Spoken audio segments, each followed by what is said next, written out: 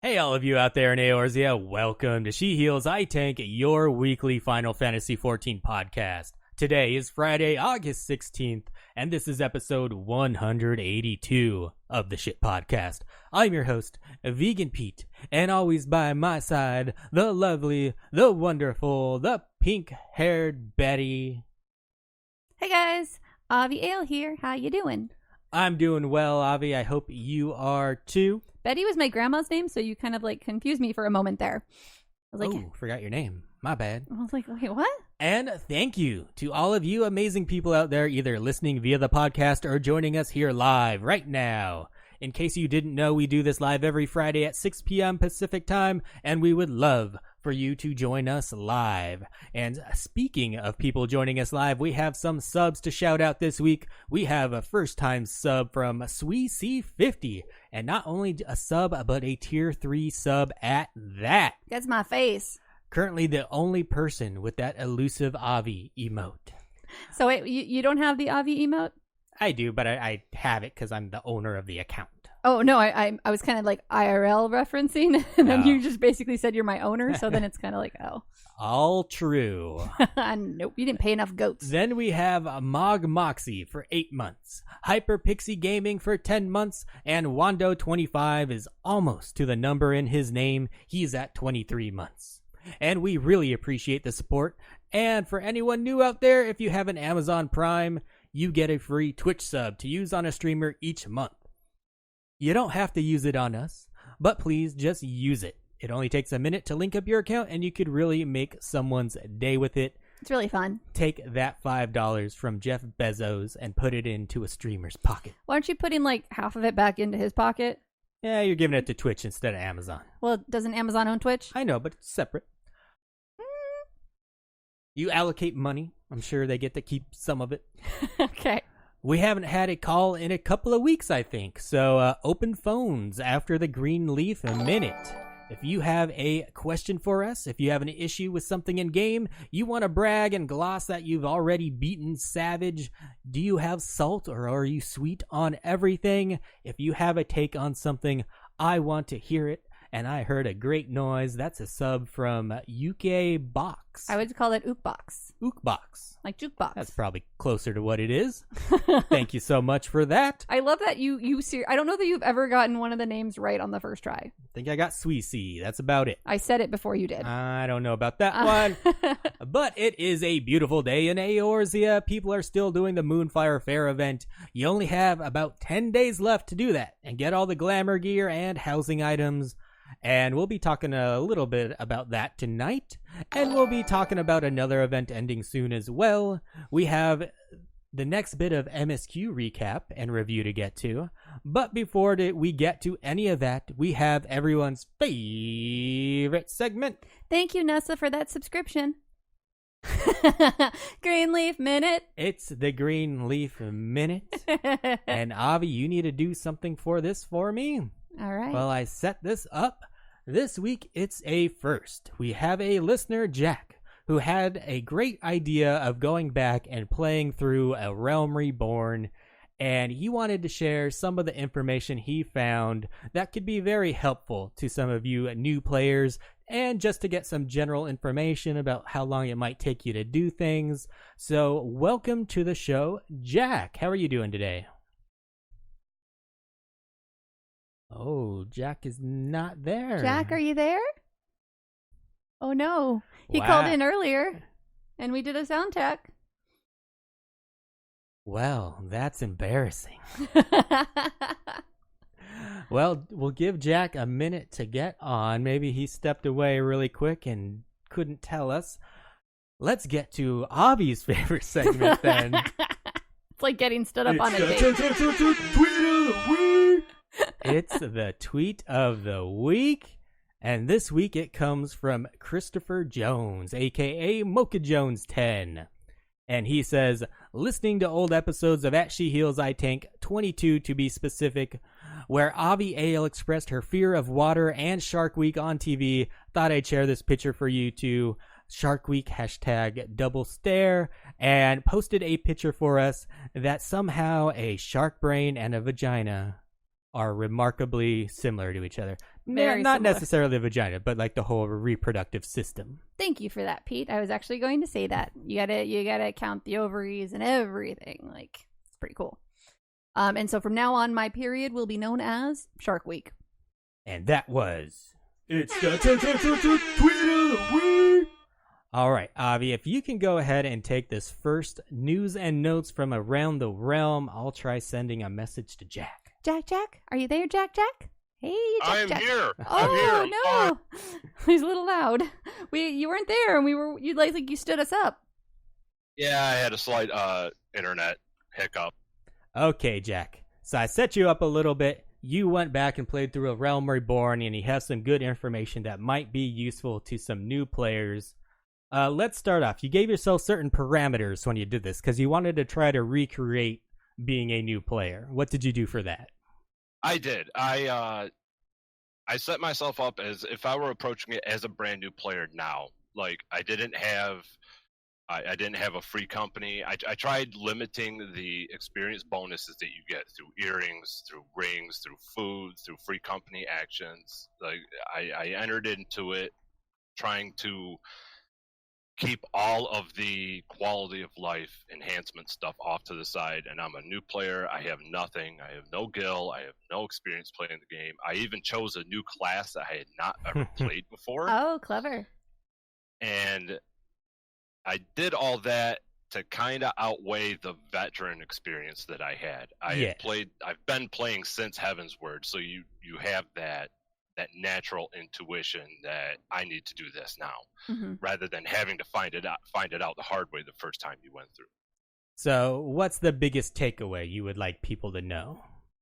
The biggest takeaway is I actually tallied up the hours it spent me to get from level 1 to level 50 and to complete all the way up to patch 3.0. So that's all of the Realm Reborn parts that everyone eventually gets tired of slogging through, the 2.1 to 2.55. The 100 quests or whatever after.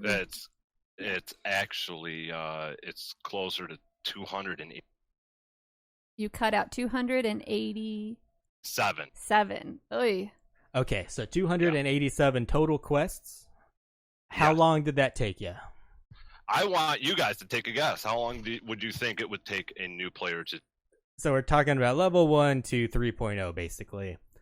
Right, getting when you're off the carriage and walking into your main city to, heading off, getting actually back on the carriage and heading off. Are you watching all the cutscenes? I am. Okay, because that makes a difference. That's why I was asking that. It does, because it's playing through that content is the story. You know, it's a lot more enjoyable if you know what's going on. I have that. I've played through it before, so I kind of had an idea of what was going on anyway. So I may have, at worst case scenario, I may have clicked through some of the cutscenes, not reading or listening to the dialogue, but I did at least completely watch a lot of the cutscenes. They ended on their own. I didn't really skip anything. All right, Avi, do you have a guess for how long that took? So we've got 287 quests. I'm just going to go with 287 hours. I'm going to go with 80 hours. I did it in 47. Wow. So 47 hours. That's so quite a bit more. quicker. Yeah, no, it's not that. That's still a lot. Were you able to play like every day, or like? I typically played almost every day, but it was only like an hour to 2 hours. I actually started this about a month before Shadowbringers launched. Oh, perfect timing. Exactly. It was that lull, everything's cleaned up on your main. Let's start a new character and start this. And the whole idea came to me. I was trying to convince some friends, like I have been for years, to come and play the game with me. I have a great group of friends who I met, and I've spent a lot of time with them over the years in WoW, and current situation there is everybody's kind of gone off and done their own thing. So I said, man, why don't you guys come and try to help? The biggest hurdle we always get is they don't want to grind. They don't want a big investment, be it time or money. And that's really what it amounts to. It's a lot of time if you play it. It can be a lot of money if you go into, buying the base game, buying the expansions, getting a sub, buying a skip potion. So what did So- your friends say after you told them, hey, it took me 47 hours? Did that seem like a lot to them? Did it seem like a little? It did. They're like, nope, still not going to do it. It is a lot. So I'm still lonely. Did you keep track? I'm actually curious. And you probably didn't keep track of, but did you keep track of the time it takes to do just the main story through A Realm Reborn to, like, you know, through all of 2.0 and everything, and then those extra 100 quests, like the time difference in that? Because then there is the price of the jump, but then you kind of get to enjoy the story for that bit and then skip those bit of fetch quests in between. Right. Yeah, I did. The main, the 1 to 50 MSQ was 27 hours. No, Wow. I'm sorry, 25 hours. Okay. And that was the 100. That's 187 quests. It Mhm. actually does vary, not by a lot, maybe 3 to 4 quests at a time on which city you start from. Mhm. So for some reason, some of the cities have a different 1 to 15 quest line that actually has a couple of extra quests in there. And I ended up starting I rolled a black mage and I started in Ul'dah.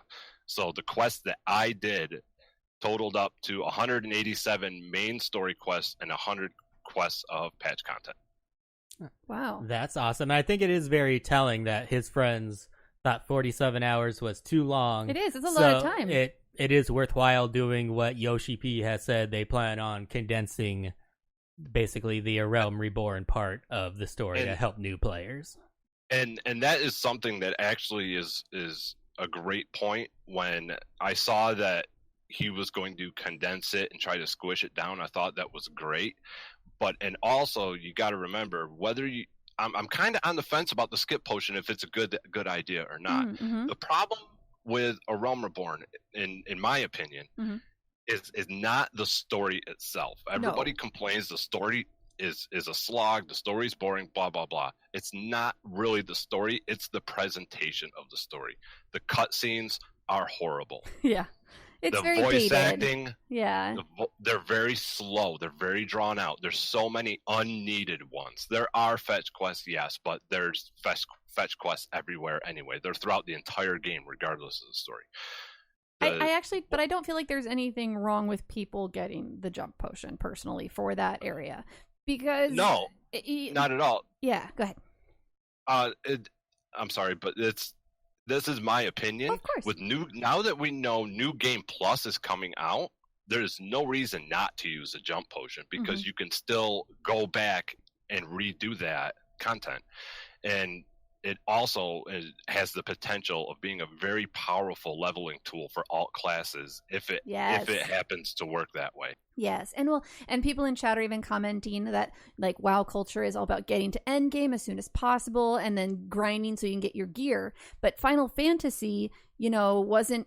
Final Fantasy was standalone games first, and Final Fantasy has always been about the story. And because of that, it's a very different MMO from most MMOs. It's very story focused. You get through the story, you enjoy the story, and then you get to the end. It's also about enjoying the journey and not just chugging to the end. Exactly. And another thing I want to mention, that 47 hours, that was spent strictly doing MSQ. That wasn't that wasn't crafting, that wasn't gathering, that wasn't Chocobo unlocking racing. all the extra chocobo racing, unlocking Bahamut and Oh yeah. and any of the extra flavor dungeons that they have in. All I unlocked outside of the MSQ Mhm. was stuff like Palace of the Dead, which I wish they would put that in MSQ. It's so useful. Right. And glamours and dyes. And it's funny because when I got that, I figured I might as well just quit now. I just unlocked the end game. Right? See? Been saying it for and- years. So how long did it take you to unlock the end game then? Did you write that down? Level 15. Yeah, that was like 13 hours done. Yeah, it's level 15. Not too bad.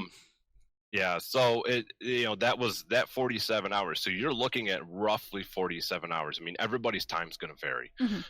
So, but that's a good ballpark to put it at, to just do the first base content.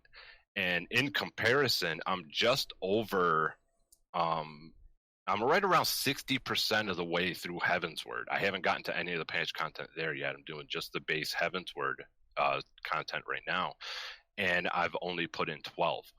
Oh, wow. So there's a huge difference in storytelling. Oh, yeah. And it was they and learned just a lot. the way they present it. Yeah. Oh, absolutely. They learned a lot through 1.0 and then 2.0. And I understand some of the issues you have with 2.0.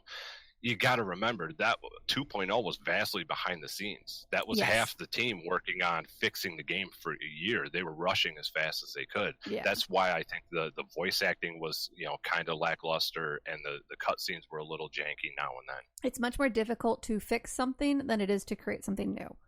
Absolutely. But what's funny is they got so much better at the storytelling for Heavensward, and then they somehow forgot all of that for Stormblood. Right. Yeah, I think I think you're forgetting that base Stormblood was pretty good. They had a lot of good reviews. It's the patches that they run into problems with their storytelling, and I think that's throughout every expansion. It was a joke. I wasn't being serious. My favorite aspect of how Yoshi P and his team of writers present the story are the little tiny seeds of what's going to happen in the future that they put in like 3 years ahead. Mm-hmm. So, obviously the Warriors of Darkness quest patch content for Heavensward led into Shadowbringers, and that's something this summer they had the Crystal Tower raid as a bonus. They wanted people to go do that because it was directly related to Shadowbringers. I wish there was a way you could have gone back and done that. I agree. Well, I actually, like, when you read about it, they didn't actually plan on bringing back the Warriors of Darkness like that. That was just kind of something that just happened through natural storytelling and going through with, like, what developments do we have that we can build on. And so I thought that was kind of cool. I read an article about that they they didn't know where they were going to take them, but they knew they were something they could use later on, essentially, for like a plot device. Right, exactly. I mean, they're pulling on they're setting up all these threads, and they can literally just pull on any one of them. It's very smart. Go in that direction. Those and make fuckers really great. Better have Fordola. I knew he was going there. Teaming up with Gaius to overthrow Garlemald. It's not going to happen, Pete. All right, so go ahead, Jack. My theory with that, Pete, is that Fordola is somehow the girl that comes down after the Eden boss that Thancred's looking after. Oh, that would make him so happy, except I thought they said that she was she an elf? I thought they said she was an Elizin. I don't know. I don't remember. I just wanted my loot. Right. All right, Jack, and I'm not I love that you did all this. I love that you contacted Pete to do this as a Greenleaf Minute. I want to say how much I appreciate this, and I think it was really informative and really interesting.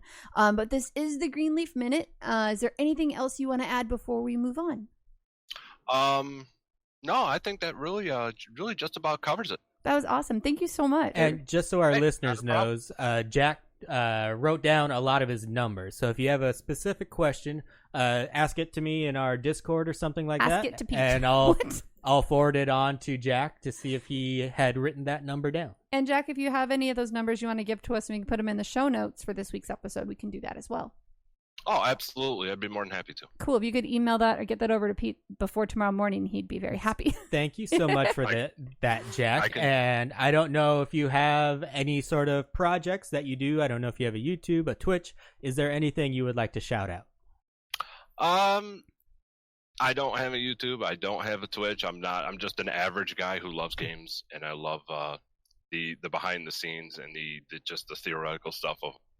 Well, if there's anything else like this you want to do in game, give us a heads up, because you could be like our like out in the field reporter, and you could come back and let us know what you think, because I think this is really fun. You know what? And the same offer goes to you guys. If you guys can think of anything like this, you think would be interesting, but you don't want to torture yourself in doing it, just ask. I love it. Will cool. do. Thank you so much, Jack. Have a great night tonight. Yeah. You too as well. Thank you. Have fun in Heavensward. All right, Avi, I know we already did it, but I want to hear the sound again. It's the Tweet of the Week! Tweet of the Week. We're talking about sharks and vaginas, but we're moving on. We already did. You just want to do the sound again? And I wanted to say sharks and vaginas. Okay. Now it's time for news and notes from around the realm. You want to go first, Avi? Bad news for those of you like us who have not grinded enough PvP in order to get all of those super awesome looking GARO mounts. The GARO collaboration event will be coming to an end with patch 5.1. At that time, players will no longer be able to obtain the GARO-inspired PvP gear, mounts, titles, and achievements. Previously earned gear, mounts, and titles will remain usable after 5.1, and gear you've previously earned can still be obtained from the Calamity Salvager after patch 5.1. Attempting to complete unfinished achievements after the release of 5.1 will not be possible, as the achievements will no longer be obtainable. I have a question, Pete. So you can get a lot of the GARO gear in the Golden Saucer, it's just not dyeable. Mm-hmm. Will that gear still be available? I don't believe so. Ooh, okay. So I think I have all the gear I want, but I really would hate it if I suddenly decide later that I like tanking, and then I'm like, dang it, I didn't get the GARO tank gear, but I don't think I have time to get it all. So yeah, you should be spending your free time trying to grind out some wins in PvP so you can get those mounts. Because I think the mounts are better than the gear. I love the gear. Actually, I thought I was going to try to do that, and then I realized you had to win, and I was like, oh no, that's not going to happen even a little bit. If all you had to do was play, there'd just be everyone queuing for it and everyone just standing at the starting zone, not doing anything. Exactly. All right, Avi, you already bumped your microphone way away from your face now. I had cat aggro. Moving on, last week we talked about Final Fantasy XIV heading to Germany for Gamescom, and that won't be the end of traveling for the Final Fantasy XIV team.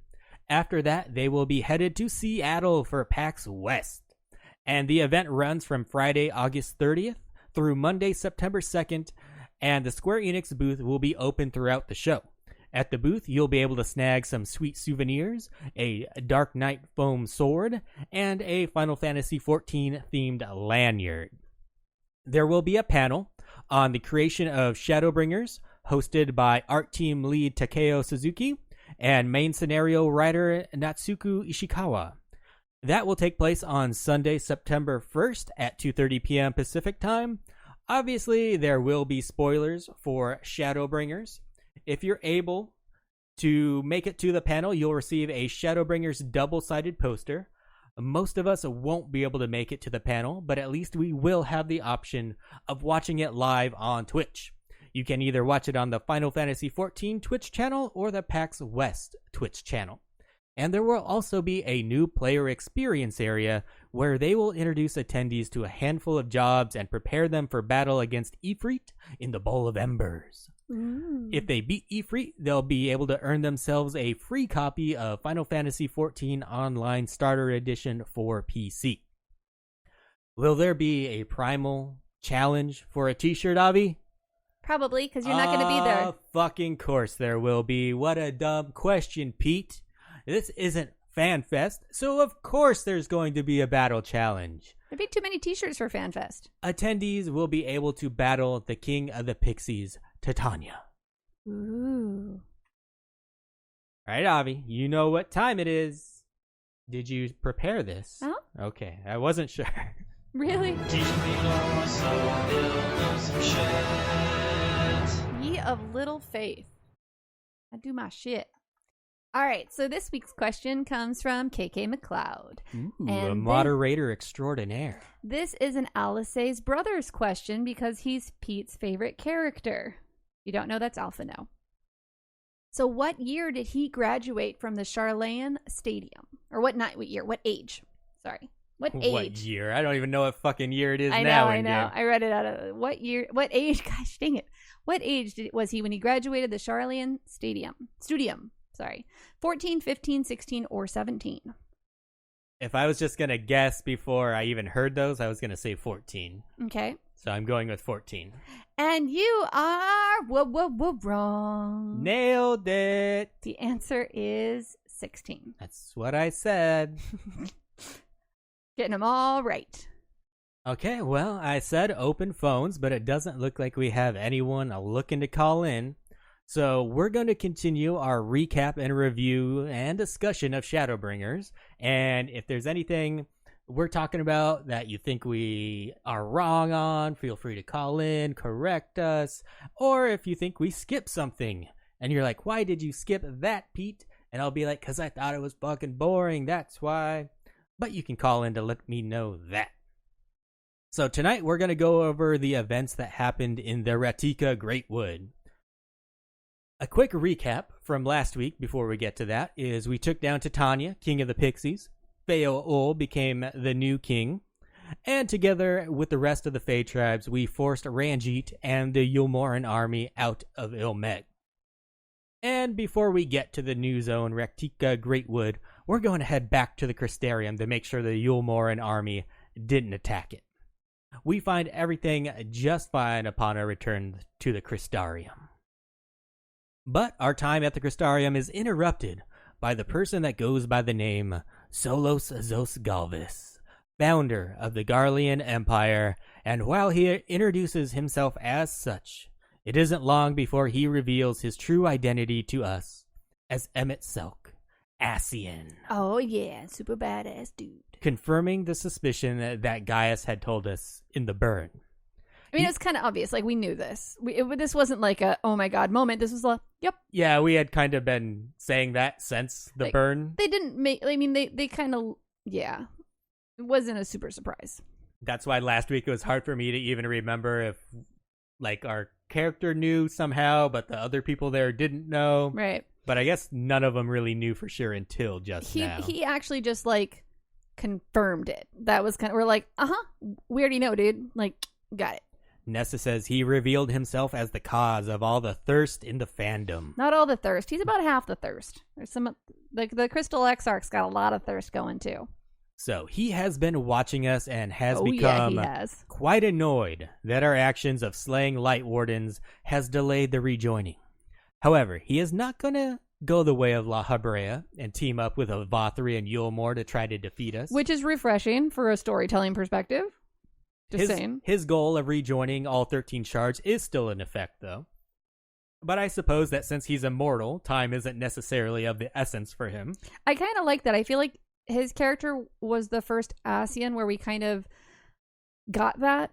You know, like, I live forever. Like, I got time. I'm not in a rush. I can wait for you to fuck this up on your own. Like, it's cool, guys. Don't worry. And that's kind of what he's counting on. Instead, he's going to observe us.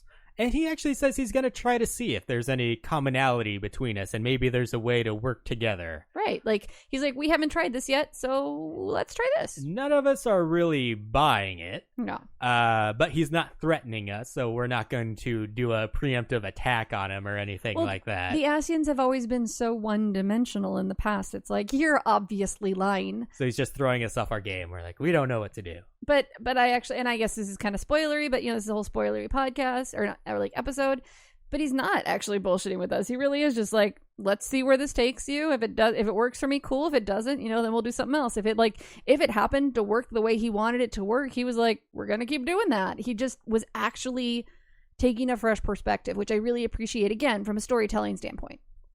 And after he's done with his little spiel, he bids us farewell, simply saying, we'll see each other soon. Before we head anywhere else, we should probably get a good night's rest, Avi, and we head to our apartment in the Crystarium, which, of course, is where we have our ghost moments with Ardbert. Aw, so back in the apartment, we find some sandwiches, which have been left by the Crystal Exarch. There was actually, I don't think I put it into the Q&A questions last week. Someone asked at the live letter to Yoshi P, does he think that the Exarch made these sandwiches? Was the dumbest waste of a question ever. Sorry, person, if that was your question, that was a dumb question. Actually, Pete, I do want to say, before we get into this section, Mary Ray is on deck. I don't know what you want people to call on deck for, but anything. Why? Because I want to see what people are thinking. We haven't had a call. We haven't really had people call in to say what they think of the MSQ so far. We have, but okay. Here is Mary Ray. Hey, Mary Ray. Oh, hi. How are you doing tonight, Mary? Pretty good. I have 30 minutes until I'm running a learning party EX for some of my FC mates. So. Ooh, what are you running? Still up in the air. We got to midpoint in Rage and Titania last week because a lot of these people are new and haven't really done a lot of the EXs. No judging. But yeah, no, it was really impressive. I was like impressed with like the progress they did like within like 2 hours of doing it, and it reminded me like this game is hard for people because I also run a static, and we've cleared 2 fights pretty easily, and then I'm helping my FC get through this fight that we cleared in 30 minutes as a static. So I don't know, it's interesting. Well, it's different when you have that synergy together as well. Have any of these people beat the fight before? Is it kind of like new for everyone except for like you and maybe one other person? Like 2 to 3 people I think have cleared the fight before, and the rest of us were like new. And one of the main tanks, like the main tank was cleared as the off tank, and so he was not like, and as a main tank you have to do a lot more like boss movement, and he wasn't super comfortable with that. But yeah, no, so night 2, we'll see how this goes. I do have one more question actually, because I find this actually really interesting. So the people who have beat it, and because you guys beat it so easily, what is like the dynamic with the group? Is everyone being really patient and understanding with the nuke players, or like how's that kind of working out? Yeah, I made sure that the people who were going to come and help out with the new people were the ones who had a little bit more patience. Smart. You know, and I kind of and a lot of my FC mates wanted to learn how to do the extreme fights, but they were really hesitant on like joining a random group as a pug, because that random element of like, oh yeah, you never know what you're going to get. Right. And I know when I was still like, when I was dipping my toes into Savage, I think the painting fight was like the new fight, and like I got kicked because I wasn't learning fast enough, and I ended up crying. Yeah, people like, are mean. So, yeah, like I understand, but at the same time, I'm like, it's like you got dumped. You know. Yeah. And a lot of times. Just... A lot of times it's like, well, if you would have just explained that one mechanic, I would got it. Like, how about a little bit of help instead of just... Right. Pete was doing Savage rating at that point, and he was like, he wanted me to, and I was still going to school, so I couldn't. He's like, you can fill in for a healer on this one. And I was like, I can't. No, I can't. And luckily they were all really nice to me, and I actually picked it up relatively well, but I also had my husband right here to go, God damn it. You know, like I'll cup the microphone. Sounded just like him. Yeah. I mean, really nice. I'm lucky because I like run my static as well. So like because my DPS is terrible as a healer, like I'm just not very good at like making sure everyone stays alive and also doing really good damage. Right. And so they're like, yeah, so like if you were trying to pug, they just kick you, and I'm like, well, I'm glad I have a static, so I don't have to worry about my parses. They know how I play, so that is just what's gonna happen. Yeah, it's really fun. Anyway, but the reason I wanted to call in is because I think like a week or 2 ago you wanted to hear from Astros like how they felt about the buffs and everything. Yeah. And so like so I did Astro like all last tier, like the last part of Stormblood, and I have completely dropped it. Oh. So what are you playing now? I was wondering what you were healing as now. Scholar. I'm healing a Scholar, and I'm still trying to figure it out. Like before Scholar, like even though I've listened to like your explanation several times, like I just could not wrap my head around it. But now I'm finding it a lot more fun and a lot easier, and I've like completely dropped Astro entirely. Even though I think the relic weapon is like the most prettiest out of like all the Astro weapons. Astro's the prettiest healer in the game by far. Like all the spell casting, it's a beautiful class. But just a heads up, so Hyper Pixie, who I normally do the Greenleaf Gaming stream with after the podcast, it's her son's birthday.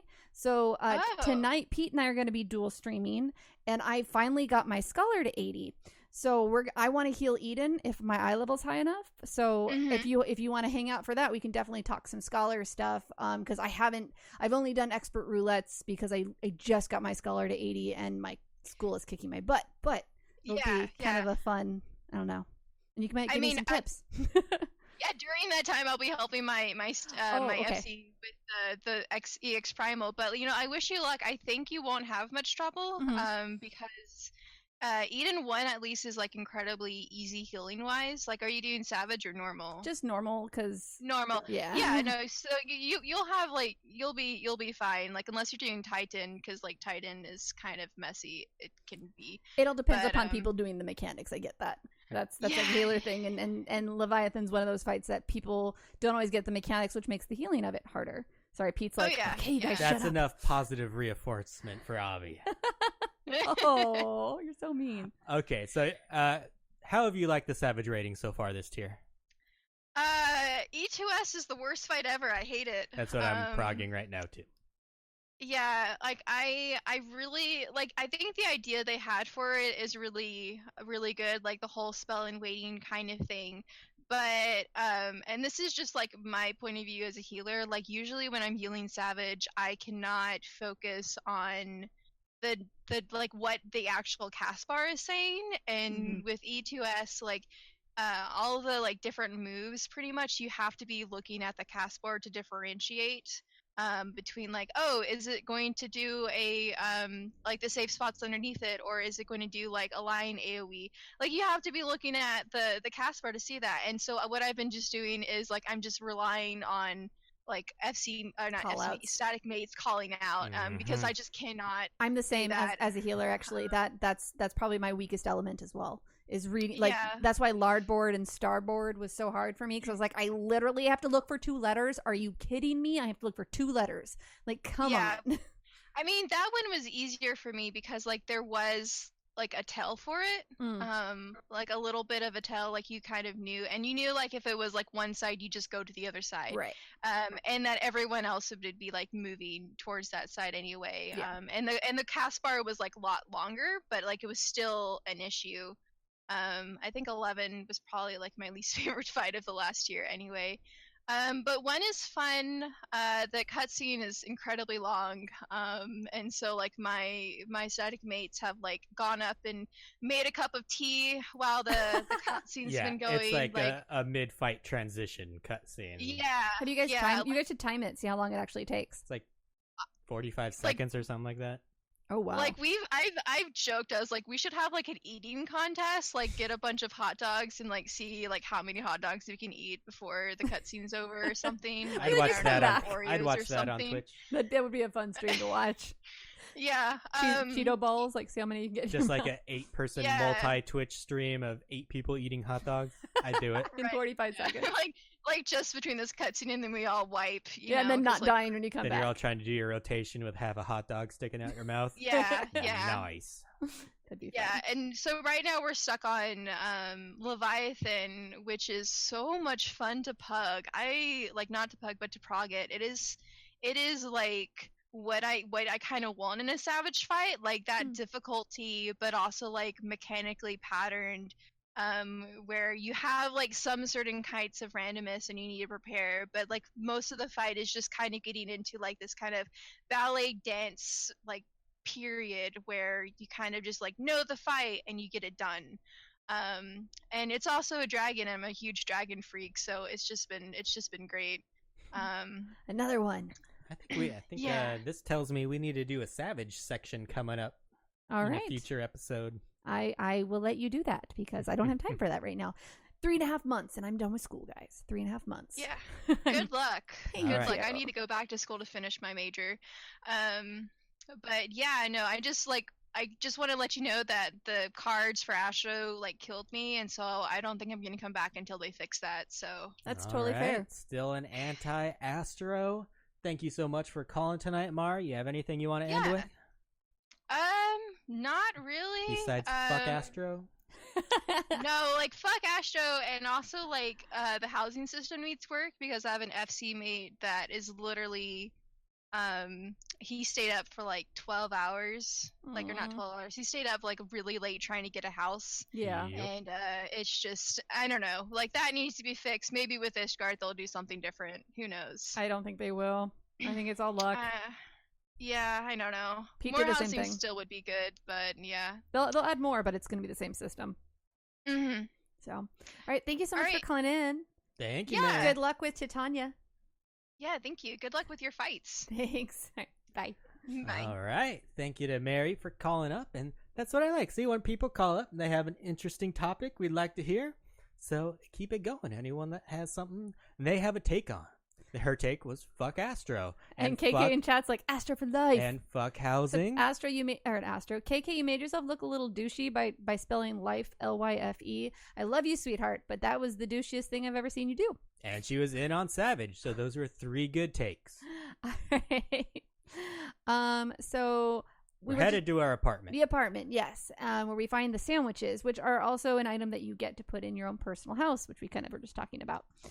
And Ardbert comments, well, at least they're keeping you well fed. Ardbert is curious about the Exarch because he doesn't know any more than we do about him, because he wasn't really around during this time. We're not going to dive much deeper into this because the topic changes really quickly to Emmett Selk. Ardbert remembers his time with La Habrea and that fighting blindly obviously did not work for them either. He urges us to never, ever, ever, ever, ever, ever trust an Ascian. Ascians be like hoes. Mm-hmm. The last thing we talked to Ardbert about is Seto, which is the enormous Amaro. And Ardbert comments that while they were together, Seto wasn't nearly that big, and he certainly didn't talk. And he had no idea that the medallion that we got for him last week meant so much. And it was actually a really sweet, really emotional, couple of minutes. Like, it was seriously just like a very quick little cutscene that made you kind of just, you didn't know. And if you guys remember, we talked about Ardbert, and the world hates him. The world views him as a villain, and all he did his whole life was try to help people and try to save the world and try to do the best he could for mankind. Well, and he fought blindly. Right. And so hearing that Seto is still alive and still honors the memory of him meant so much to him. So I really appreciated that they actually gave Ardbert the chance to voice that, and I think it was really important. And it kind of let you know that even though we don't always see Ardbert like around while we're doing stuff, he's always there, like watching. Creepy. Like Ardbert has nothing to do. Like no one else can see him or converse with him. Yeah. So of course he's just gonna follow us around. He's like, I'm still here. I get it though. I mean, like if he wants to talk to somebody, like we are all he has, so can't really blame him. It's like he's creeping. Emmett Selk is always creeping. Sorry for the can knocking over. I have cat Just sleeping on my desk. A bunch of people creeping on us. So yeah, it was a pretty quick talk overall, and just hit briefly on those 3 topics. Just planting seeds, I guess, for us in this scene, because they didn't really go in depth on anything too much. They're not usually the I was gonna say bedroom. The apartment scenes aren't really in depth stuff. They're usually just like. It's like a mirror, really. It's Ardbert is the warrior of darkness, and it's a way of looking at what we've done, what we've accomplished, what we've done in the past, what he did in the past, and how different we're doing things now. And I think that's important. And the following day, and I find it interesting that we actually have some sort of timeline since we're going to our apartments now. I did find it the one thing I have to say about the story that I found kind of frustrating is I felt like everyone was telling me I looked tired all the time, and I'm sorry, women do not like to be told they look tired. Maybe men don't mind so much, but women are like, oh, screw you, like thanks, douche. Is it windy outside? Right? Like, no. So I just felt like in game, I was like, yeah, we just really did this awesome thing. And they're like, yay, guys, Avi, you look tired. Do you want to go lay down? I was like, fuck you. Okay. But yes, I do, but I don't want to look like I do. So yeah, after we get a good night's sleep, the following day we head over to see the Crystal Exarch. And when we walk in, Emmett Selk is there as well. He pretty much reiterates what he's said to us before, that he's only going to observe and would actually help if we called upon him. He's going to try not to interfere. He never says he won't interfere. His personality is so snarky and wonderful and quirky and just eccentric that these interactions like come across as very straightforward as Pete's describing them, but they are just so wonderful. And I thought it was pretty interesting that even he, all-powerful Ascian, was pretty curious about the Exarch. He wasn't clear how the Exarch called us all here. Yes. He wasn't sure about that. Which isn't something that's really happened with the Ascians. Like, it's definitely been different. Like, he's like, how did all this happen? So he doesn't say anything new here. So after he leaves, we talk about him, and we know we don't trust him, but he does give us some doubt in our plan, because why wouldn't he try to stop us if we were on the right track? Right. So it's like we're second guessing our plan now. It's I like that he should did we that. be doing this? He plants seeds of doubt in everything we do, which is a really fun dynamic to have with him. Despite that seed of doubt, we decide to stick with the plan, and the Crystal Exarch wants to get back to Sin Eaters and Light Wardens. We need to find the other Light Wardens ASAP, so we decide to split up. Ourselves, along with Urion J, Thancred, and Minfilia, are going to the Rak'tika Greatwood to enlist the help of Y'shtola and find the Light Warden there. Alice A is going to head back to her stomping grounds of Amarang to try to track down the Light Warden there. And her brother will be heading back to Calusia. Before he does reconnaissance for that Light Warden, though, he'll be joining the Exarch in Yulmore because Vothri has sent a request for the Exarch to come meet with him regarding the events in Ilmeg, which was Titania. Titania. I say Titania. I heard Twin Tanya. I say Titty Tanya. No. We all go our separate ways. Aww. But we have a quick pit stop at Fort Job in Lakeland to try to find something that could be of use to Y'shtola. We're at a church looking for a tablet. Well, this is per the direction of the Crystal Exarch. Yes. And we believe that the descendants of the people that would have worshipped at this church would have migrated to the Rak'tika Greatwood, and the tablet could be of use to Y'shtola. And the worshippers are called the Knights of Blessed, and one of their traditions to practice is to not use their given names. And this is why we find out that Y'shtola is going by the name Master Matoya. That's because they feel like by giving your name in the light, it's you're giving away your power. Like your name is your power. So you don't say your name in the light, essentially, is what it is. Which I found really interesting. And you kind of skipped over the fact that like the Crystal Exarch and Y'shtola do not have a good relationship right now. So him telling us to go get this tablet is kind of hinted at as this might make her happy kind of thing. So we're doing it because we're trying to smooth the waters between the Crystal Exarch and Y'shtola, but we don't quite know why at this point. Yeah, I think I said that later when we actually meet Y'shtola. Oh, sorry. The thing I had a problem with this scene is they use that I'm gonna say gimmick where you are in like a game where you have to like shoot something, but in this one it's just like using it to locate the tablet. Yeah. It's like, why are you trying to shoehorn in this gimmick to something that should just be go over, walk to the tablet, and click on it? Because they're like, we haven't made them interact with anything in an interesting way for a while. Let's do this. And it's really, I find it really annoying now. It didn't take me that long to find it, so it wasn't a big deal to me. I was like, okay, I got it. It didn't take me long to find it either, but I was just like, really? Why? Aww. So with the tablet in hand, we head to the Rak'tika Greatwood. And I definitely know a lot of people would say that this was their favorite zone. I think the Feyland was prettier, but I actually really loved the music in the Rak'tika Greatwood. I do. I love that music. I mean, it's a little earworm, but I love it. So shortly after stepping foot into the Greatwood, Emmett Selk once again appears. He is reliving his Garlean glory days and is telling us, go forth and conquer. Thancred is super tired of his commentary because, honestly, Thancred always has a thumb up his butt and is kind of, like, grumpy at everyone. And he tells him to shut up. I think Emmett Selk actually gets bored from watching us from afar, so he agrees to be quiet if he's allowed to travel with us. We're essentially, like, his entertainment at this point. And as we're recapping this, it's very hard to put into words the facial tics that Emmett Selk has. He's wonderful. The way he'll just like kind of bend his upper torso. That's what I'm trying to. Even the way he walks is just like nonchalant. Fine, I'll just go. I will say I really like how they did it, but it's really hard to get across in just words. It's very eccentric. It's very.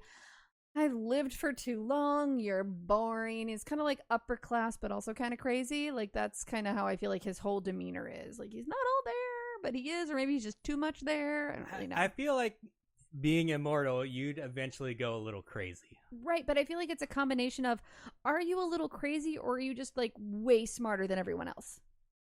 You know, it's like you just view the world in a completely different way. I think even like if you're way smarter than everyone else, that would drive you to be crazy too. But I mean, I guess it's because I feel like crazy, air quotes, crazy is just like a different way of looking at the world. And so I don't think that's necessarily a negative thing. I feel like it's just your brain works differently than other people, and that's okay. Yeah, it depends what you do, I guess. Yeah, as long as you're not like walking around killing people. A little extreme, but you know. So, Ascians are trying to cause calamities, but okay. But Emmett Silk is different. Like, well, that's because we haven't gotten into that yet. He actually has a really valid reason for it, which we never had before, which we'll find out later. It is a very lonely situation for someone. But so we talk about how Emmett Silk wants to travel with us, but Thancred tells him he's not allowed to talk, and so obviously very quickly Emmett Silk gets bored. But soon we find ourselves hand to sky, surrounded by the natives. What does that mean, Pete? Hands up in the air. We're surrounded by the natives. I did not interpret that way. The way you so like basically they're like put your hands in the air. And Emmett Silk goes, "I'm bored. Bye," and he's just like poofs out. Nopes the fuck out. He does. He's that bitch that you hate that actually says bye. We remain surrounded until Y'shtola, also known as Master Matoya, just kind of saunters up. She's convinced. She doesn't saunter. She strides. I think she saunters. It's Y'shtola. She's just like. She walks up with authority. You don't have authority when you saunter. All right. Whatever. All right. So she is convinced that one of us is a sin eater, or there is a sin eater among us, or something is going on. And now is a good reminder that Y'shtola does not see the world like we do because of her time in the life stream. She is able to see Aether, and while she recognizes the Aether of Urianger, Thancred, and Minfilia, she does not recognize us. If you guys remember, we have already killed a Light Warden at this point. 2 Light Wardens. 2 Light Wardens at this point. I couldn't remember if it was 2, so I was going with 1, and I figured you'd correct me. Urianger has to tell her that it's us, the Warrior of Light. And she's incredibly surprised and also concerned about this. And I think this is immediately she has an inkling that something could be wrong with us due to the fact that we've been absorbing all the light from the Light Wardens that we've been slaying. So she's like, something is fucking with your ether. You've been doing that. I don't see that as good. Yeah, well, I don't even think we get that from her because we haven't talked to her yet. No, but I'm talking about her. She's seeing that immediately. But I'm saying it was an inkling for me that like, oh my god, she can't recognize me. What the fuck is going on? So that was my first inkling of something might be wrong with me. You're not alone, Pete. That was intentional because I think everyone felt the same way. Well, it's a fucking recap. Just saying, you're not special. You're not a snowflake. I didn't say I was. You're not a snowflake. I'm like, oh yes, but I know you interpreted it that way, but I interpreted this. No, that's I think how everybody, like, that was the intent of this scene, is that we know she sees us as ether. She sees us as wrong. Oh fuck, absorbing these light wardens is bad. And I was just recapping that. Everything got to be a battle with you. I'm not trying to make it a battle. Why don't you go back to your home on Whore Island? She's got an angry face, guys. After Urianger explains that it is indeed us, she gets everyone to stop aiming at us with their arrows and takes us to their village known as Slitherbow, home of the Knights Blessed, or Blessed. While in Slitherbow, are you winking at me or are you glaring at me? Angry eyes. I'm not good at angry eyes. Not good at angry eyes. I'm not. While in Slitherbow, we learn that the Knights of Blessed...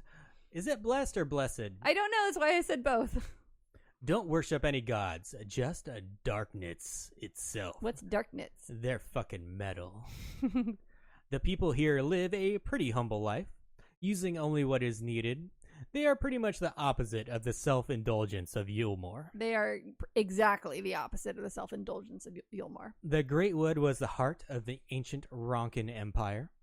It seems that Y'shtola has become pretty much the ranking leader here.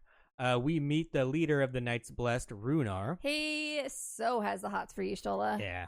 It's adorable. I totally ship that. But despite him being a native and a leader, he follows the lead of Y'shtola. And like you just said, it seems like he's got a pretty big crush on I ship Y'shtola. that. I think she's been hitting that freaking Hrothgar the whole damn time. To be fair, I think she wants to crush him as well. I think she did. She's just Y'shtola, so she doesn't let you know when she's in front of everybody else. And it's Final Fantasy XIV, so we can get no romance in this game at all. I know. Either. And he says if it wasn't for her, they would all have perished in the Great Fire, and she fought back the Sin Eaters. Throughout some conversations, we find that Y'shtola originally worked with the Exarch like we did, but tired of his secrets and half-truths, which is why she decided to leave and come to the Greatwood. When we show her the tablet we brought, she correctly suspects it's from the Exarch trying to get on her good side. Despite her suspicions of it, she wouldn't be surprised if the tablet held the secret of unlocking Ixmaya. Ixmaya is where a fierce group of warriors live, and despite her best efforts, Y'shtola has never been able to make it there. And we also get a scene with Y'shtola calling out Thancred for not coming to terms or accepting that the new Minfilia is not his old Minfilia. She basically is like, just stop it. Outed him right in front of everyone, Stop too. it, you whiny little bitch. This wasn't in front. This wasn't like in her quarters. Just the two of them. Because she's the best, and she's just snarky, and she doesn't take any shit, and she's like, grow the hell up, Thancred, and stop it. I love her. And Minfilia actually comes to Thancred's defense, saying he does know she's not the same. But Y'shtola reiterates that he knows, but he doesn't accept it. Yep. She tells Minfilia that it's her and her alone that bears responsibility for her life. I loved this scene. It's not Thancred. Thancred is not her keeper, just like Ranjit is not her keeper. Nope. This does have an effect on Minfilia. It seems pretty immediately as well. She takes a break from Thancred for a bit and tags along with us as we do some fetch quests for the people of Slitherbow. I really loved that because Y'shtola's like Mama Bear of the group, and I love that she goes to Thancred and is just like, you need to grow the hell up. And she also says to Minfilia, you are in charge of your life, you and no one else. And both of these characters needed to hear that. I think it had more of an impact on her than Thancred, but I think it had an impact on both of them. I just think Thancred is a very internal character, and Minfilia is a young girl and is one of those things where she might not have even thought of it. While Thancred knew it, he just wasn't willing to accept it. And for Minfilia, it was more like oh my God, you're right. Like, she's just a little girl, you know? She's like, 13 years old. She's like, I am. And it kind of gave her permission to be independent. And I think a young girl, you need that. You need someone to say it's okay for you to do this. You're allowed to go out and do that. That's totally right and valid for you to feel that way. Thancred is always pouting Eagle's Claw. Always. That is like Thancred's MO, is to pout in some way. And if he's not outwardly pouting, he's making someone else feel bad because he's internally pouting. Being a little bitch boy. After we tend to the gardens and do some more random chores, we get a report from a guard that the Sin Eaters have entered the Greatwood. Runar wants to leave them be, but a villager reminds him that we needed to go out and recover a hearthstone from a child that was killed by Sin Eaters, and their funeral ceremony is today. The hearthstone is very important to them and is necessary for them to gain access to heaven. Minfilia volunteers us to go and look for the stone and engage the Sin Eaters if necessary. Of course, when we get to the area of the stone, we encounter two Sin Eaters.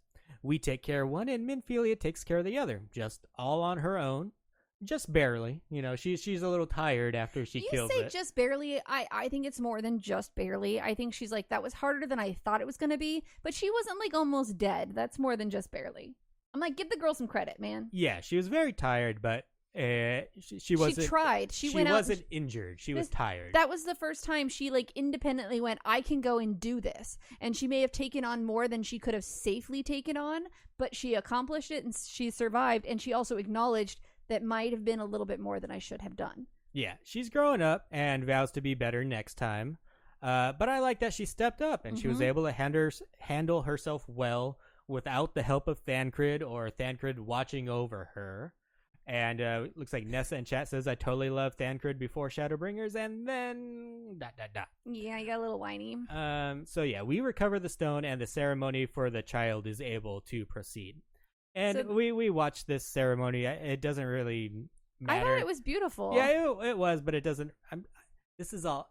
We have a lot to get through, so I know, kind it's of true. yada through some stuff. So yada through the funeral. One of the elements of the funeral, though, that was kind of important was that when we went, the reason we went out with Minfilia was to get this stone. That's that he kind of mentioned. The stone is important because they get it upon their birth and they keep it their entire life, and then the stone goes into this pool and kind of holds their soul essentially. And so when you drop the soul into the pool, it represents the night sky and the stones, which I found interesting that the stones light up. So that light represented the soul, which was in darkness. I thought that was kind of contradictory to them worshiping light or darkness, because the light was the soul in the darkness. I felt like it was beautiful, but not in keeping to that society. And when I went through it, I also know that they called it jade. Right. And jade's only been one color as far as I know, but it was all different colors in that. Did they refer to them all as jade? In that pool. And that's the thing. I don't know if it was just hers that I was thought jade. hers was just jade. That's how I interpreted that. Okay. I've only gone through it once, people. I'm bound to miss something. No, that's fair. I know I'm your Lord God. So. But no, the reason I am yada-yadaing some stuff that I don't think is necessary for the MSQ is that I am planning on going back and actually doing some lore segments, people. What? Who are you? Because I've paid more attention to this expansion than I have on any other one, so I can actually do that now. So after the funeral, Y'shtola tells us that she has deciphered parts of the tablet that we brought for her, but need to go find a monument that she knows of for further translations. So far, she seems to think that the tablet dates back to the Ronkan era and was a petition they wrote to allies for help, for aid. The problem is, the monument is an area controlled by the Children of the Everlasting Dark, which is a radical faction of dark worshippers. While we are looking to infiltrate their area, we find that they have been creating stockpiles of poison made from spiders. So much so that it seems they are preparing for something ominous. Yeah, that ties in a little bit later. This actually paid off. Eventually, we find our way to the monument, and while Y'shtola is translating it, we examine 3 murals on the wall. One is a ruler sitting atop a throne, attended by their subjects. The second is a warrior in the middle, standing triumphant over what appears to be a creature of shadow. Other figures surround the warrior, rejoicing in their victory.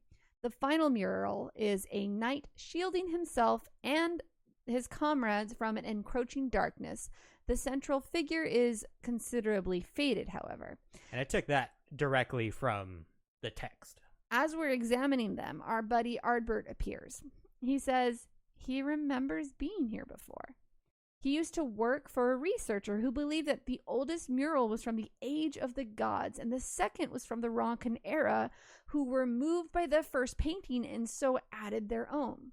The researcher once told Ardbert that someday he and his friends would be painted. And it appears that someone did paint them, maybe even the researcher himself. However, Ardbert wonders if the washed-out central figure is due to the change in their reputation and the artist was trying to erase them, which is kind of how he feels about everything that happened to him in his life. Y'shtola says she has what she needs and we head back. But again, this is basically anytime Ardbert comes into the story or into the screen, you're going to get some feels because he is a direct representation of you. Like, this could be you. There's only one scene with Ardbert that I really got the feels, and this kind of thing I think is interesting, but it doesn't hit me in the feels. All of them hit me in the feels. Only one? There's one. Not the Ronka, where he was like, oh my god, the Ronka still remembers me. I didn't know that meant so much to him. Like, the feels... You mean the Amaro? Yes. The Amaro. I actually, even when you're reading this, I for some reason mix those two up. The whole time I've been doing that. Fucking Ronka serpent is amazing. But that didn't like, even like I said, I liked it, I enjoyed it, but it not didn't. Like, but getting you in the feels, I don't mean like it's not like 100%, but I mean like even like a 10% feels. There's levels. No. Really? That like the one being remembers him and that meant so much? That didn't get you at all? I think it didn't get me because he didn't feel the same way about Seto, so it's kind of like, you're kind of a dick. No, he didn't know. He didn't know, but why should he need to know? He should have had the same feelings for him just because they were partners. Life does not work that way. Well, if you don't communicate, you don't know. Look, that Amaro communicated. He couldn't talk. I'm fucking sure he communicated through his actions. And I'm sure Ardbert loved him as much as anyone's loved a horse. But there's different, like, it was more like, they didn't talk about how Ardbert didn't love him. They talked about how Ardbert didn't know how much it meant to the Amaro. To Seto. Because it didn't mean that much to him. No, that's you adding your own like negative spin to that. I don't know. Yes, because that was never said. Hey, That's my opinion. And your negative spin. That's my opinion. Your negative opinion. Doesn't mean it's true. That's just what I think. Mm. So we're headed back to Slither Bow. Yes. Slither Bow, Slither Bow. I don't know. We overhear a somewhat heated discussion between Y'shtola and Urianger. She sees that us, the Warrior of Light, are corrupted, that the light that we thought we were dispelling from Light Wardens is actually being absorbed into us, and that the only thing keeping us from turning into a Sin Eater is Heidelin's blessing. Y'shtola doesn't like secrets and demands to know if Urianger has had the same thoughts. So obviously Urianger doesn't have the power of seeing Aether. No, like but he's she like does. the secret master. That's like Urianger doesn't have a superpower, but it's not telling the truth. So he can't say that, but he does say he admits that he's thought of the possibility. That he's always so gray with things. Like, I didn't lie to you. I just didn't quite tell you that this might have happened when I wasn't around. He's like, I thought of it, but I don't have a way to prove it, so I don't know for sure. Well, no, he won't say I don't know for sure. He said, I haven't been told for sure. Even if he knows for sure, he finds a way to talk around things in every situation. So, yeah, she doesn't like his secrets just like she didn't like the Exarch's secrets. Because she's a freaking smart woman. Yes, Y'shtola, by far, my favorite character She's like in the game. Everyone's favorite character. She's amazing. Y'shtola asks a really big question to Urianger now. If the visions he told us about the Calamity were actually true. Ooh. And, of course, it's at this point where we're interrupted by a guard saying that the Yule Morans have arrived. They've come into the Rak'tika Greatwood. The Rak'tika. Meanwhile, Thank you. I couldn't find you, but you end on words that aren't written down, and then I can't find those. And I'm like, wait, where did you leave off? I made my character jump. Okay. keep up, baby. Before anything happens in the Greatwood, we get a meanwhile in Yulmore scene. The Crystal Exarch is currently meeting with Vothri in Vothri's chambers. They pretty much just Sex dungeon. reiterate their points that have been made before. Vothri believes the world is doomed no matter what, and that he is the ruler of everything that is left. It's only under his rule that the people will be able to enjoy the last of their little remaining lives. The Crystal Exarch is on the side of man, and that they have the ability to change their destiny and avoid a calamity. When the Exarch refuses to come around to Vothri's way of thinking, Vothri Hadoukens him, but it was just a non-corporeal facsimile of the Exarch, and it disappears. And Vothri throws a big-ass hissy fit, flailing around, banging the ground, complaining because he wasn't able to kill the Exarch, which I think was his plan the entire time in having that meeting.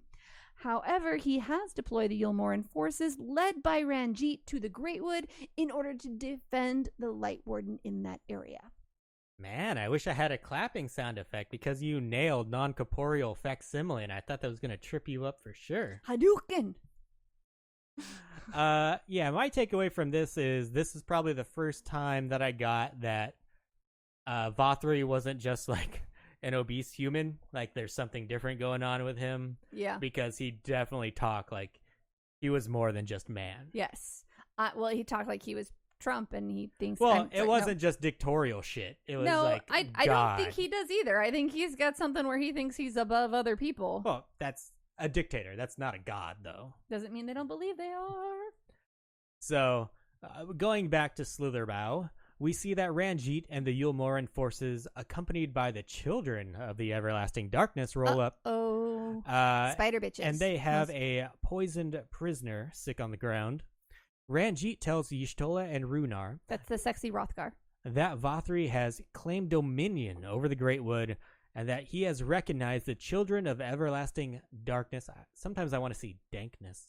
And they are the only legitimate dark worshippers. Which is like what gives you the right to decide whose religion is valid over another's? Not even that, but he just rolled up. He's like, mine. Yeah. And these guys are right because I said so. So, bye.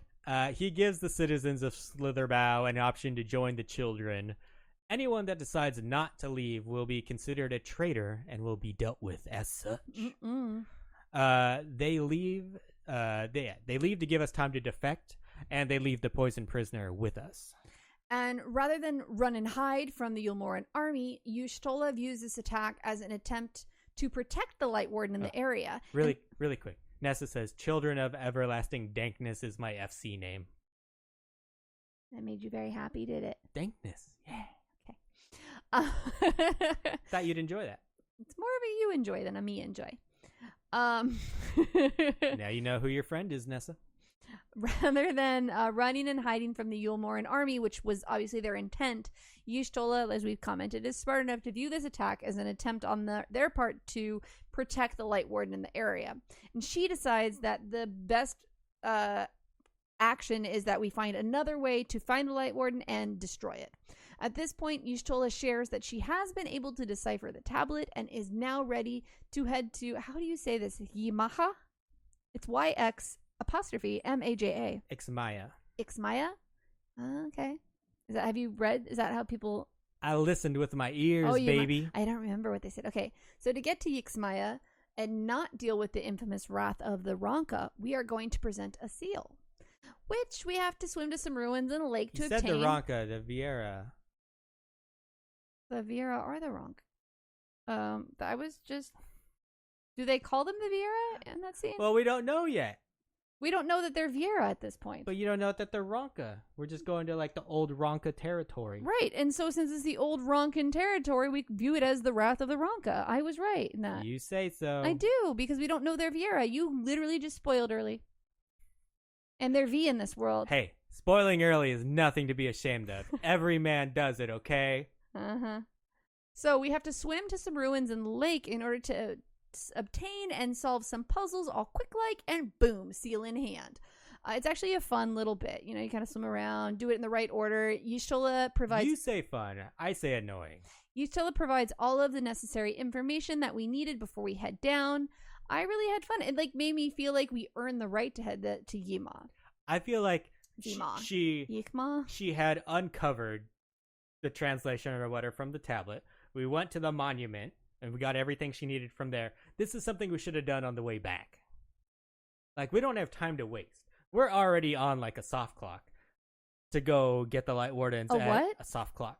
What's a soft clock? Kind of like a soft clock. You gotta, like, finish before you're totally soft. Oh, my God. I just made that up. I don't know where I'm going with this. But... Okay. But I'm glad I asked it, because I'm sure it wasn't the only one who's like, what did he just say? But after we get the visit from Ranjit, now we're kind of on a hard clock. We were on a soft clock before, but now we're on a hard clock. Can I have? I need a super deep sigh exhaustion soundbite. Like an "Are you fucking kidding me?" Is that where you're going with this soundbite? All I got's crickets. That's the best I got. I knew. You need a woman soundbite. No, because we are already kind of rushed. So we should have done this shit on the way back from going to the monument. We couldn't because she hadn't deciphered the tablet yet. She did. That's why we went to the monument. All right. And so what I'm saying is, like, all of a sudden Ranjit's here, and we have to move as fast as we can, and then all of a sudden they throw a million puzzles at us. I didn't hate it. I didn't find it like... I'm not saying it's bad. I'm not saying I didn't enjoy doing the puzzles, because I fucking love puzzles. But I just thought it was a weird point to do it. I'm like, could have thrown like one or two of these puzzles into the Ilmeg area. I had no problem with any of this. I don't know. That's fine. Okay. I'm not saying you should have a problem with this. I'm just saying that's what I was thinking. I was like, oh man, now we have to go as fast as we can because Ranjit is like on our ass. Oh, and now we have all these puzzles to do. Oh yeah, I didn't feel that well because I feel like with this game, there are certain games when you play different games and they're always like, okay, you need to go now, or you're gonna die. And then it's like certain games you do, other games you're like, no, don't. I'm just gonna do this, and when I unlock this next part of the quest, no matter how long this takes me, that's gonna happen then. And I guess that's maybe I've been playing 14 for too long, but that's just how I did this portion. Yeah, I was like, Ranjit's on our ass. We need to go, people. Okay. Not be swimming around playing puzzles. Was I reading this bit? Yeah. I don't even know where I was now. Y'shtola provided all of the needed information before we head down. You said it was a fun little quest. I said, nah, bitch. We are not met with a warm welcome. The Ronka or V or Vera fire arrows at us and call us trespassers. One of the Viera comes down to engage Y'shtola in melee combat, and Y'shtola is only able to defend herself long enough to present the medallion, which obviously shows that they're badass. This stops the V in their tracks. They take us back to their village and immediately are like, we're going to inspect this medallion a little bit better. And once they're satisfied with its authenticity, they suddenly become super welcoming. I thought it was funny that they took us back to their village to inspect it, and they didn't really like put any acid or anything onto it to test its validity. They just looked at it more. It's like, why didn't you just do that in the field? Because the lighting was better. Why would you bring them back to your home base? Because they had better lighting. Sure. The fact that we are there with the medallion is almost, or it's essentially a prophecy coming true for them. So it's kind of a big deal. And we actually get a decent amount of backstory about why they are there as the last protectors of the ancient Ronkin. But Pete wants to save this for his deep dive into the V or Vera lore. Yeah, there's a lot more we could go into this, but I don't think it's not necessary. Not that it doesn't add to the MSQ. It's not necessary for the MSQ. It's like lore. Okay. So we have to go around town, and some of the older V in town and ask them if anyone has seen what could potentially or possibly be a light warden, and they believe that the light warden is located in a sealed area known as the Katana Ravel. And in order to access this area, they need to restore the aether flow to a dangerous temple that is linked with the Ravel. And to open this temple that I always just called the Temple of Doom. I don't actually know the name of this temple. I think I was playing this going dun dun dun dun dun dun. We have to start completing some puzzles. More puzzles. Because when you're being chased by a baddie, you need to do some puzzles. Sounds about right. Outside of the temple, we are messing with symbols on pyramids until we're finally able to access the gate. And when we do have access to it, we have more puzzles. Yay, with puzzles. owl statues inside. Then everything inside is basically a trap for us to avoid. And of course, I call it the Temple of Doom because there is a corridor that we have to run down and hide in crevasses as giant boulders. You wrote crevices and you said crevasses. Crevasses. As giant boulders fly by us, and we have to take a massive jump to the bottom floor of the temple. So exciting. And on the bottom floor, we are confronted by Ranjit and a red shirt called Yulmoran Adjutant. How do you say that word? Adjutant? Adjutant. Yulmoran Adjutant. And the only way you can make a red shirt more obvious is by not even giving a name to them. We have a battle against them. The V bind Ranjit while we hit the last objective in the temple to open up the Katana Ravel. By the way, Beb, an adjutant is a military officer who acts as an administrative assistant to a senior officer. Whatever, that bitch didn't have a name, so you know he gonna die. He was a military executive assistant, essentially. Tough shit. Gonna end up in the bottom of a hole. So once you've reached the end of the temple and you've activated the last element necessary with perfect timing only found in cinematic storytelling, Ranjit enters the room with a creepy, slow walk. He's walking so slow. Then he supercharges forward toward the Warrior of Light, and Y'shtola protects us with a white mage shield bubble, effectively stopping Ranjit. Then that derpy Yulmoran adjutant with the blue hair comes running up. And I love that you called him a red shirt because, and in true red shirt fashion, I also referred to him, steps on a trap, effectively causing the temple to start to rumble and break apart. And this was like the most fucking obvious trap of the whole fucking And he's temple. like, I look the same as the rest of the floor. No, it didn't, dude. And this creates vast cliffs, perfect for added drama.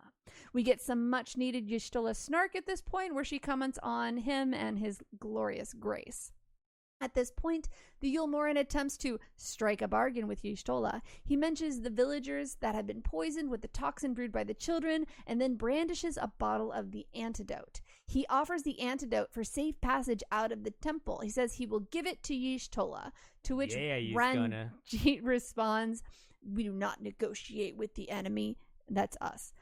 We're the enemy, I guess, in this situation.